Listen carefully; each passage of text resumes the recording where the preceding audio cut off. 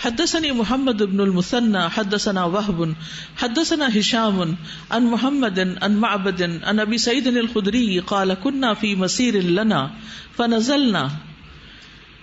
ابو سعید خدری کہتے ہیں کہ ہم ایک سفر میں تھے. كنا في مسير لنا فنزلنا، تو ہم وہاں ایک جگہ اتر آئے، یعنی ٹھہر گئے، پڑاؤ ڈالا.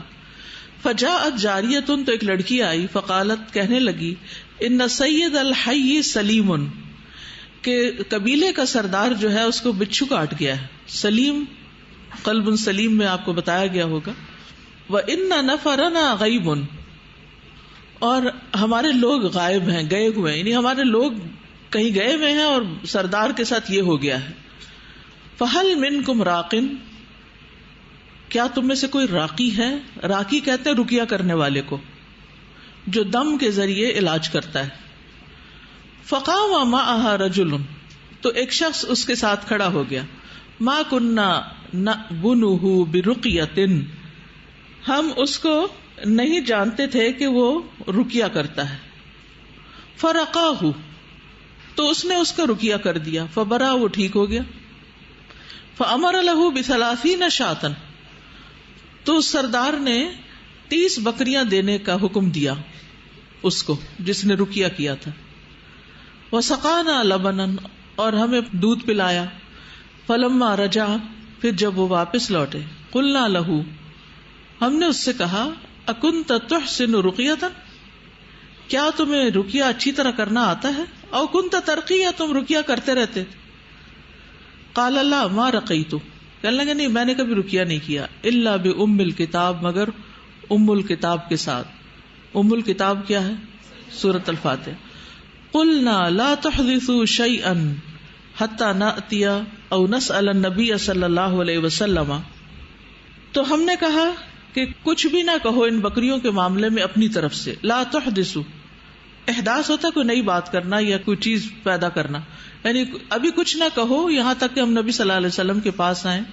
او نسأل النبی صلی اللہ علیہ وسلم، یا ہم نبی صلی اللہ علیہ وسلم سے سوال کریں. فلما قدمنا المدینہ، تھا پھر جب ہم مدینہ آ گئے، ذکرناہ للنبی صلی اللہ علیہ وسلم، تو ہم نے یہ بات نبی صلی اللہ علیہ وسلم سے ذکر کی. فقال، تو آپ نے فرمایا، وما كان يدريه انها رقیۃ، اس کو کیسے پتا چلا کہ یہ رقیہ ہے؟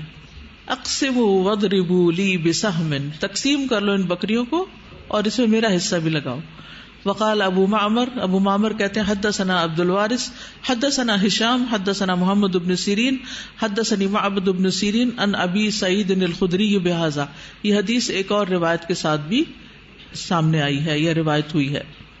دیگر روایات سے پتہ چلتا ہے کہ یہ دم کرنے والے خود ابو سعید الخدری ہی تھے، لیکن یہ انڈائریکٹ فارم میں حدیث روایت کر رہے ہیں. تو اس حدیث سے کیا پتہ چلتا ہے کہ انہیں سورۃ الفاتحہ کی قدر و قیمت معلوم تھی. اور بیسیکلی اس میں ہے کیا؟ ایاک نعبد و ایاک نستعین اہدنا الصراط المستقیم. ایاک نستعین جو ہے نا، وہ ہر چیز کے لیے مدد مانگنا ہے. ایاک نستعین، صرف تیری ہم مدد چاہتے ہیں.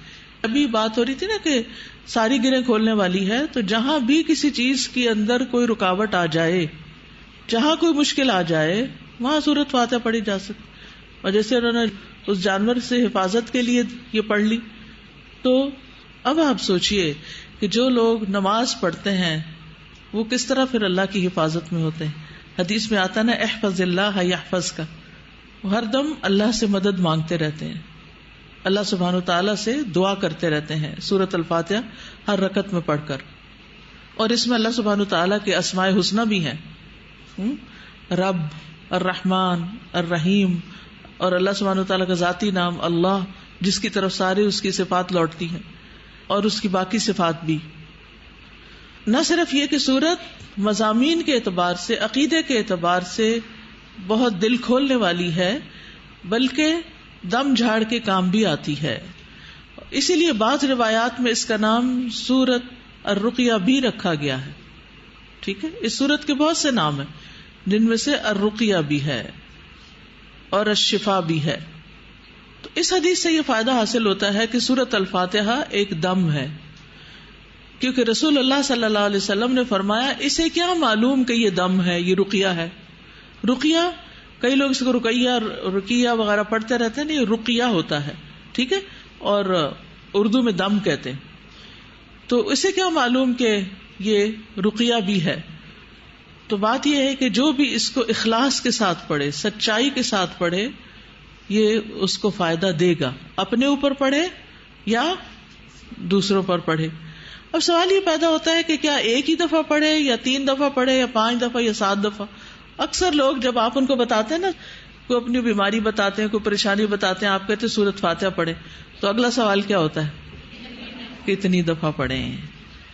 تو بات یہ ہے کہ کہیں کچھ یہ نہیں بتایا گیا کہ بہت دفعہ پڑھیں، لیکن اکثر یہ کہا جاتا ہے کہ اس کی چونکہ آیات 7 ہیں، السبع المثانی ہے، تو 7 دفعہ دوہرا لیا جائے اس کو. یعنی جب دم کریں یا کسی بیماری کے علاج کے لیے پڑھیں تو 7 دفعہ اس کو پڑھ لیں. اب انہوں نے ایک ہی دفعہ پڑھی جو بظاہر حدیث سے لگتا ہے تو مریض کو آرام آ گیا. تو ایسا کیوں ہوتا ہے کہ بعض لوگ کئی دفعہ پڑھتے پھر بھی فائدہ نہیں ہوتا؟ یقین کتنا ہے. یعنی سورۃ فاتحہ ایک ہتھیار ہے، ٹھیک ہے، تو ہتھیار کتنا بھی اچھا ہو، لیکن کس کا ہتھیار زیادہ کام آتا ہے؟ جس کو چلانا آتا ہے. چلانے والا کوئی ایسا بھی ہوتا ہے کہ جس کے پاس بہترین قسم کا کوئی اسلحہ ہو، لیکن وہ جب دشمن کی طرف اس کو کرتا ہے تو اس کا ہاتھ کانپنے لگتا ہے، یا تلوار ہی اس کے ہاتھ سے گر جاتی ہے اور اس کا دشمن اس کو پکڑ کے اسی کو مار دیتا ہے. اور کبھی ایسا ہوتا ہے کہ ہتھیار تو ہے لیکن تیز دھار نہیں، ٹھیک ہے. اور کبھی ایسا بھی ہوتا ہے کہ ہتھیار درمیانے درجے کا ہے لیکن چلانے والا جو ہے اس کے اندر ایمان اور یقین اور کانفیڈنس بہت زیادہ ہے. تو اس میں تو کوئی شک نہیں کہ یہ ایک دم ہے، لیکن اس میں 2 چیزیں بڑی اہم ہے کہ دم اثر کرے.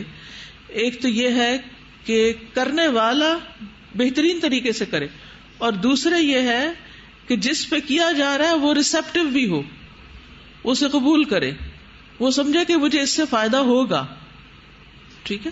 کیونکہ بعض لوگ بہت لاجیکل اور بہت ہر چیز کو لاجک پہ پرکھنے والے، بھلا ان چند لفظوں کو پڑھنے سے کیا ہوگا، اور اس میں تو یہ کہا گیا اور وہ کہا گیا ہے، یہود و نصارہ کی بات کی گئی ہے، تو اس کا شفا سے کیا تعلق ہے؟ تو ٹھیک ہے، ان آیات کی تفسیر میں یہ بات کہی گئی ہے، لیکن قرآن میں تو 3 کیٹیگریز کن لوگوں کی بتائی گئی. ایک وہ جو علم اور عمل والے، اور دوسرے صرف علم والے، عمل کوئی نہیں، اور تیسرے نہ علم نہ عمل ہے. تو اس میں تو مراد کوئی بھی ایسا ہو سکتا ہے جو ان میں سے 3 میں سے کسی ایک میں فال کرتا ہو. تو بات یہ ہے کہ اگر آپ صحیح طور پر پورے یقین کے ساتھ، راقی جو ہے آپ خود اپنے اوپر بھی پڑھیں تو درد والے مقام پہ ہاتھ رکھ کے پڑھیں، پڑھ کے پھونک مار دیں، توجہ کے ساتھ پڑھیں تو انشاءاللہ ضرور فائدہ ہوگا. اور دم کے بارے میں لوگوں کے اندر ایک اور الجھن بھی پائی جاتی ہے، اور وہ یہ کہ کیا دم کرنا چاہیے کہ نہیں، دم کروانا چاہیے کہ نہیں، اور کیا یہ توکل کے خلاف تو نہیں. پہلی بات یہ ہے کہ اس صورت سے کیا پتہ چل رہا ہے کہ دم تو ہے، اور آپ نے اس کو منع نہیں کیا صحابی کو. اور دور جاہلیت میں بھی دم ہوتا تھا لیکن وہ شرکی الفاظ سے ہوتا تھا. پھر یہ بھی پتہ چلتا ہے کہ آپ صلی اللہ علیہ وسلم نے ان بکریوں کی جو تقسیم تھی اس میں یہ کہا کہ میرا حصہ بھی لگاؤ. تو اس سے اور بھی ویریفیکیشن ہو جاتی ہے کہ کوئی انہوں نے غلط کام نہیں کیا تھا. اب یہ 2 حدیثیں بظاہر یوں لگتا ہے کہ ایک دوسرے سے کنٹراڈکٹ کر رہی ہیں، تو ایسا نہیں ہے. اصل بات یہ ہے کہ یعنی دم کرنے والا، کروانے والا 3 درجوں میں ہوتا ہے. پہلا درجہ کہ انسان دم کرنے والے کو خود طلب کرے، بلوا لائے کہ آؤ مجھے دم کرو. تو ایسے شخص سے کمال فضیلت جو ہے وہ چھوٹ جائے گی.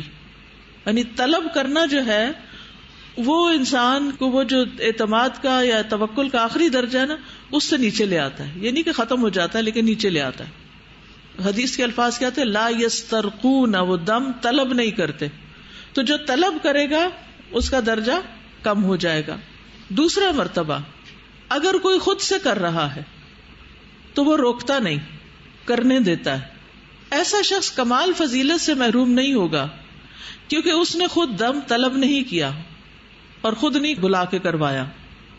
تیسرا مرتبہ کہ وہ دم کرنے والے کو منع کرے، یہ سنت کے خلاف ہے، کیونکہ نبی صلی اللہ علیہ وسلم نے حضرت عائشہ کو دم کرنے سے منع نہیں کیا تھا جب وہ آپ صلی اللہ علیہ وسلم کے ہاتھوں پر پڑ رہی تھی، کیا معوذتین، اور پھر آپ ہی کے ہاتھوں کو پھروایا. اور ہم میں سے ہر روز ہر رات اپنے اوپر ہم سب دم کرتے ہیں. تو اگر کوئی اپنے اوپر دم کرتا ہے تو اس کی فضیلت میں کوئی کمی نہیں ہوتی. اگر کوئی خود سے ہی آپ پہ کرنا شروع کر دیتا ہے تو ویل اینڈ گڈ، کوئی فضیلت میں کمی نہیں.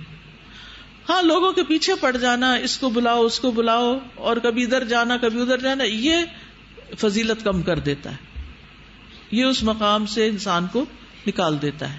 ٹھیک ہے.